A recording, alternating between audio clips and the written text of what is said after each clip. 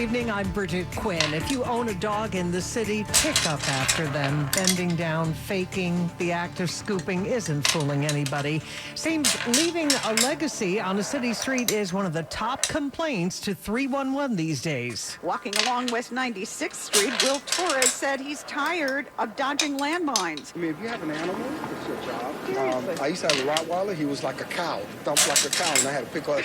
I gave him away years ago, but you have to pick up after these animals. At a budget hearing, Acting Sanitation Commissioner Javier Lohan said recent enforcement efforts haven't curbed the issue. In 2024, we did a 3-day stakeout in Mount Haven that yielded just one summons. Education is one tool. An ad campaign in Senator Eric Bottcher's district reminds dog owners to pick up, saying there is no poop fairy.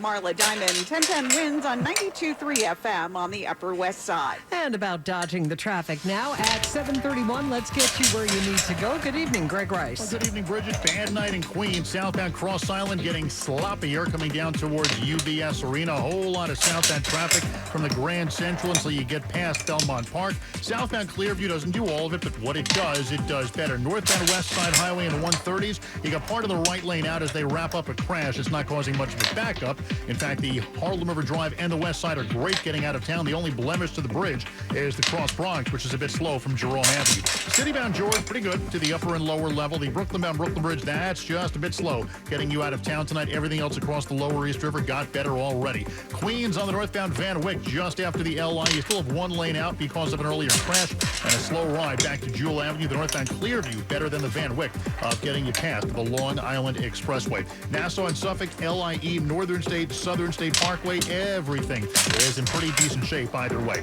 Greg Rice, 1010 wins at 92.3 FM.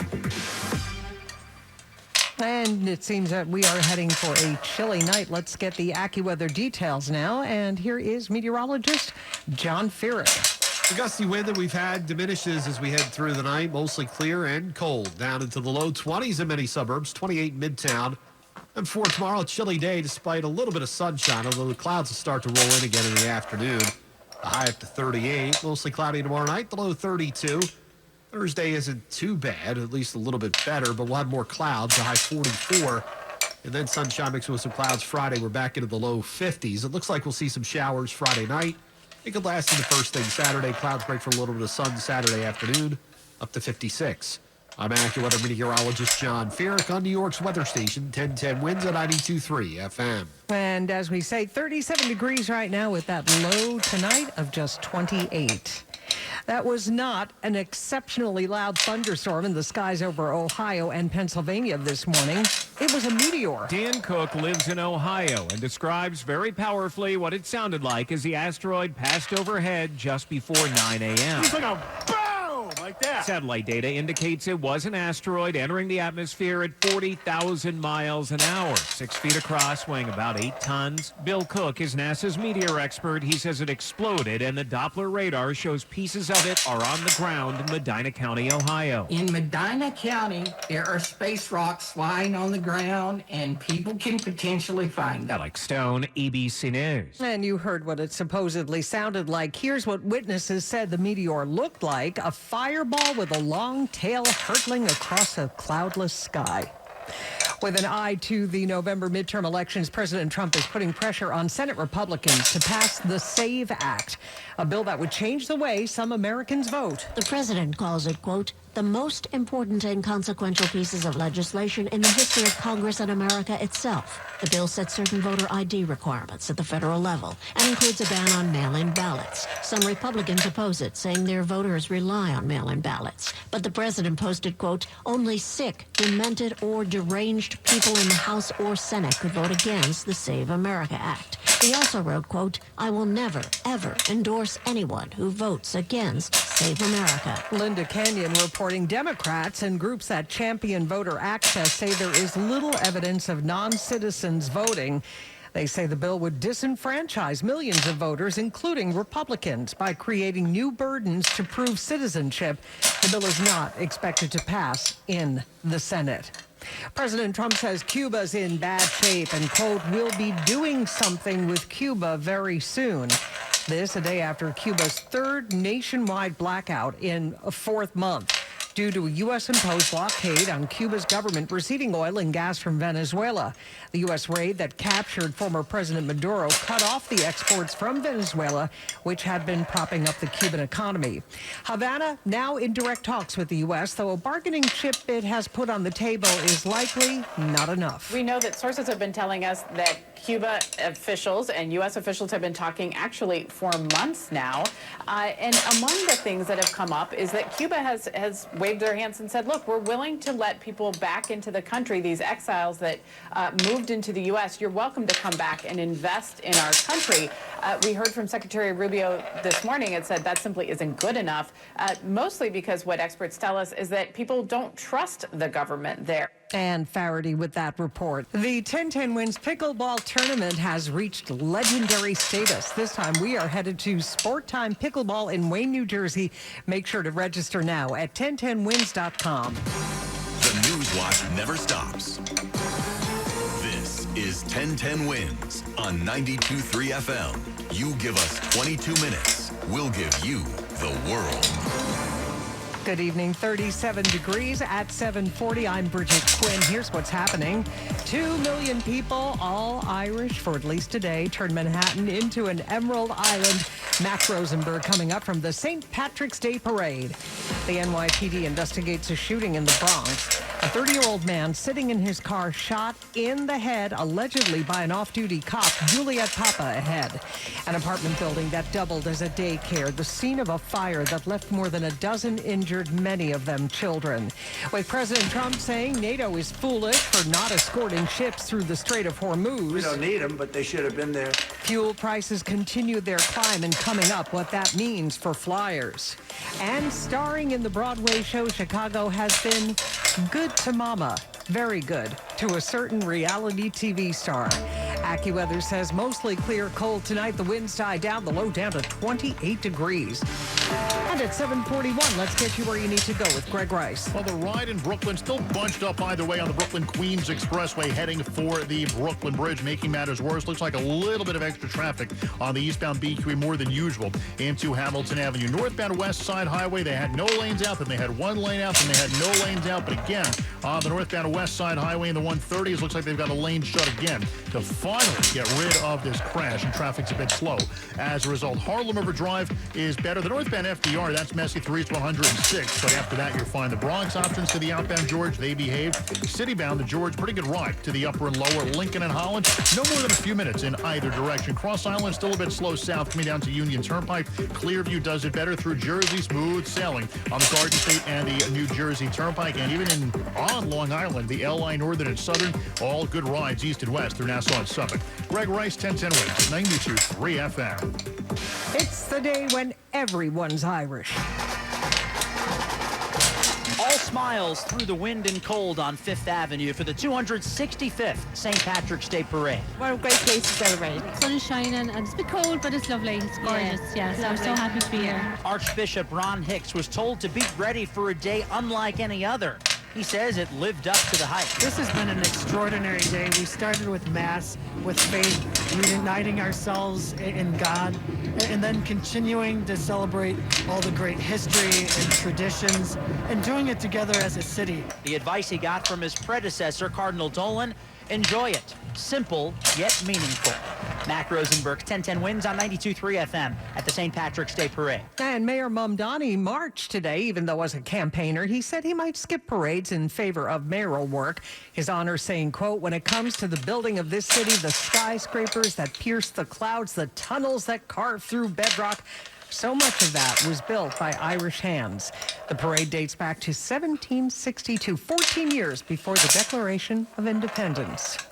Not too far from the Fifth Avenue parade, thick plumes of black smoke billowed into the clear skies. FDNY Deputy Chief Brian Weston says the building at 6 East 43rd between 5th and Madison was being converted from office to residential use when the HVAC system on its roof caught fire. It's under renovation. The building is under construction, and it continues to be. The workers are back in. They're doing their work, and the fire marshals and the inspectors will be in there to see that they're following the codes and making sure everything is going the way it's supposed to be. Though the flames were driven by today's winds, the fire was brought under control within 90 minutes. The cause is not known. An EMS lieutenant and a police officer suffered minor injuries. The parade was not affected.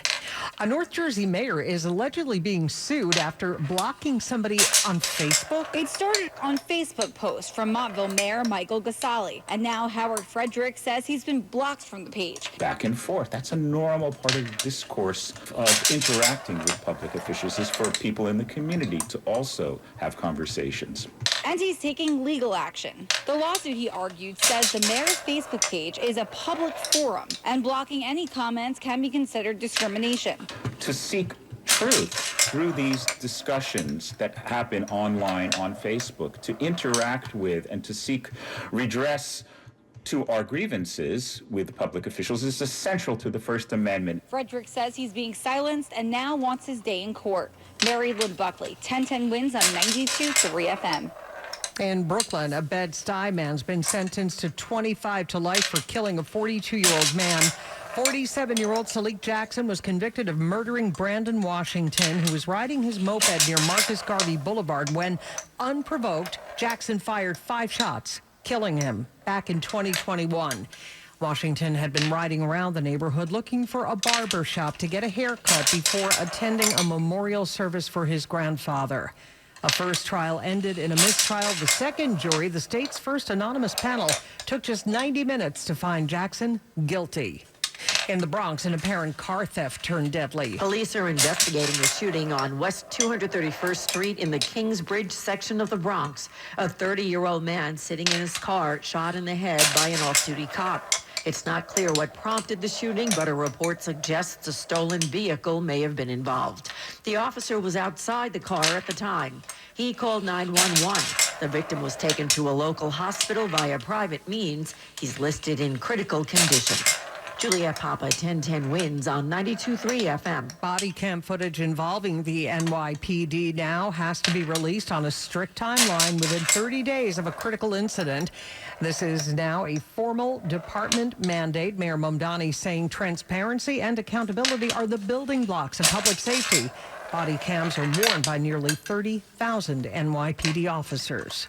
Fire at an apartment building and daycare in the Kingsbridge section of the Bronx leaves 15 injured, many of them children. This blaze broke out just before 3 o'clock this afternoon in the 5-story building at 3410 Kingsbridge Avenue. The building also houses a fourth-floor daycare, which was full of kids at the time.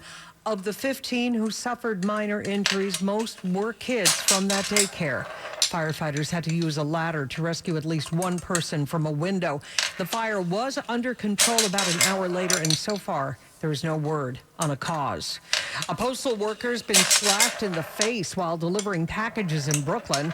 The 48-year-old USPS employee was attacked Monday afternoon during a fight with a man inside the building at 1680 Bedford Avenue.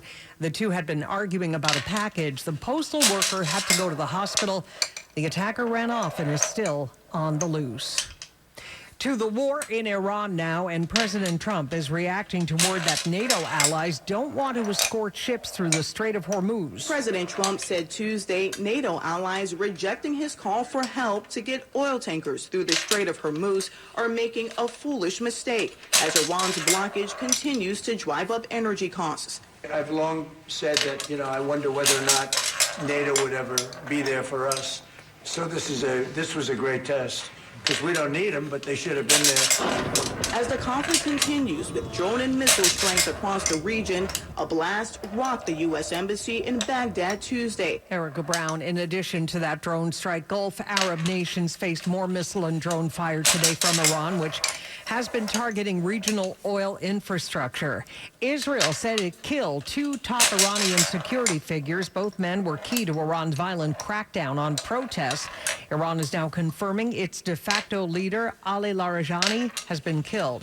The Israeli military issuing a large-scale evacuation warning for the southern Lebanese city of Tyre, along with all the surrounding towns.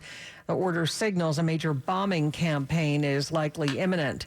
President Trump also announcing today he is delaying his trip to China until later next month so he can focus on the war in Iran. And Joe Kent, a senior intelligence official, is resigning, saying Iran posed no imminent threat to our nation and that we started this war due to pressure from Israel. President Trump, in response, says Iran is a tremendous threat. I'll get ready for expensive travel because of the war with Iran. American and Delta Airlines say soaring fuel prices have cost each airline more than $400 million since the start of the war. The price of jet fuel has almost doubled since that time. Delta CEO says there have already been fare increases in the last 2 weeks. Typically 20 to 25% of an airline's cost structure is for fuel. U.S. airlines use around 20 billion gallons of fuel every year.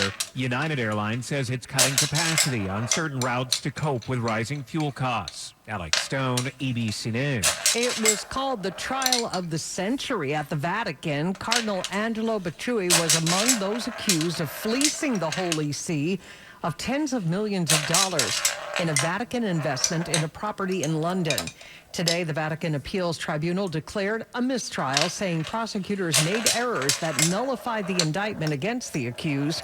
The court set a June 22nd date for a new trial to begin. At 7:51, let's get you where you need to go. Here's Greg Rice. Here is what you need to know about the bridges and tunnels, and for a change, not a whole lot. The outbound George, it's slower getting on from under the apartments, especially heading for the upper level. So if you go to the lower level or you pick up the George from the West Side Highway, you are golden. Getting out of town across the span, couple of minutes on the lower, but it's not terrible. Inbound George, again, is fine. Lincoln and Holland look great. Even the Brooklyn-bound Brooklyn Bridge has really thinned out nicely out of lower Manhattan, getting you back to Brooklyn. Westbound D3 a bit slow right now, getting you back towards the Long Island Expressway, but that is really it. D3 is also slow either way in Brooklyn towards the Brooklyn Bridge, but you sign up for that. Van Wyck heavy south to Atlantic Avenue, but the northbound Van Wyck and Queens, that's in pretty decent shape. Southbound Cross Island Parkway, the ramps to the eastbound Southern State and the Belt are a bit slow, but just a couple of minutes through that stretch. Greg Rice, 1010 Wins at 92.3 FM. After a nice but cold St. Patrick's Day, let's get a check of the AccuWeather forecast, and here's meteorologist John Furyk. Nothing more than a flurry early on, otherwise mostly clear and cold for tonight. The wind diminishes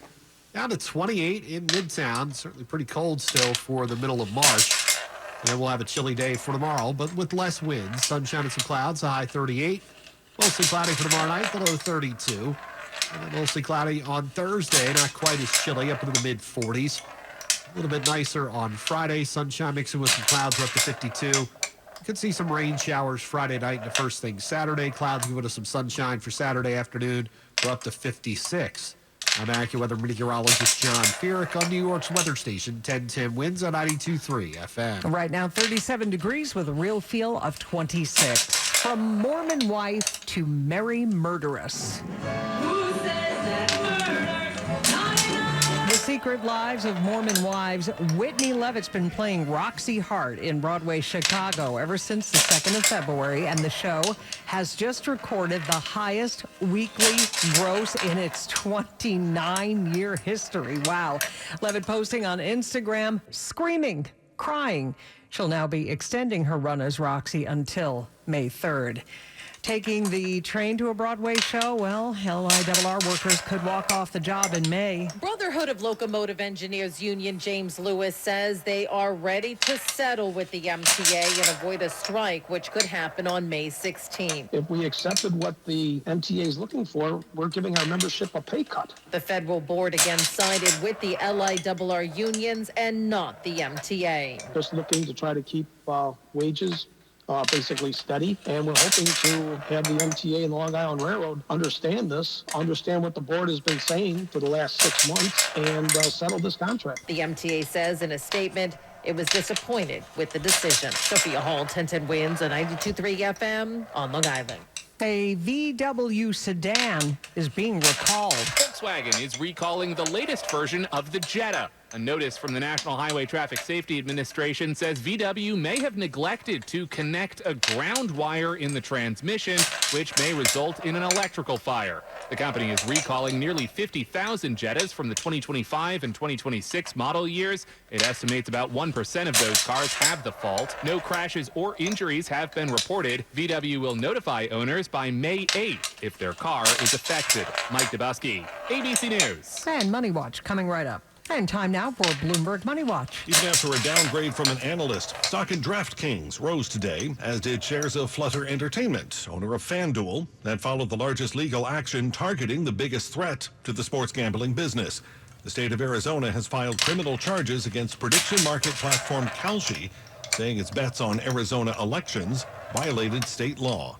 In response, Kalshi argues that it operates under federal law. Stock indexes rose even as oil futures advanced nearly 3% today. Dow up 47, NASDAQ up 105, S&P up 17. I'm Andrew O'Day, Bloomberg Money Watch on 1010 Wins at 92.3 FM.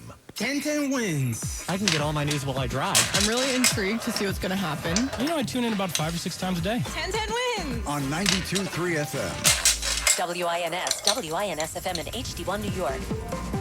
Always live on the free Odyssey app. More people get their news from 1010 Wins than from any other radio station in the nation. Tanya Mercado is at the editor's desk, and I'm Bridget Quinn. All news, all the time.